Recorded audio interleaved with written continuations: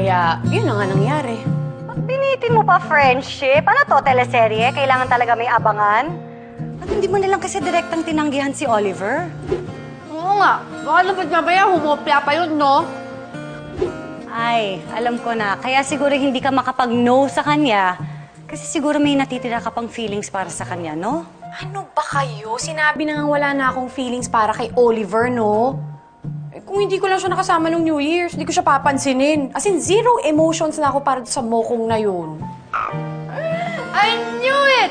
Kaya ayaw mong balikan yung ex mo kasi meron ka ng boss Yami. Ay! Team Jaime, 1. Team Oliver, log. Oy, Alex, tumigil ka. Walang pinagkaiba si Sir Jaime kay Oliver, ha?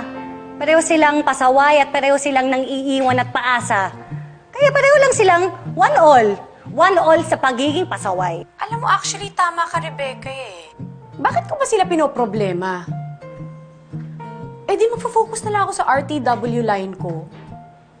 Tama. Yan ang magiging New Year's resolution ko. Dead man na muna sa mga lalaki. No to Jaime at lalong no to Oliver. Sige, push mo pa yan. Sige na, correct na may malaking check.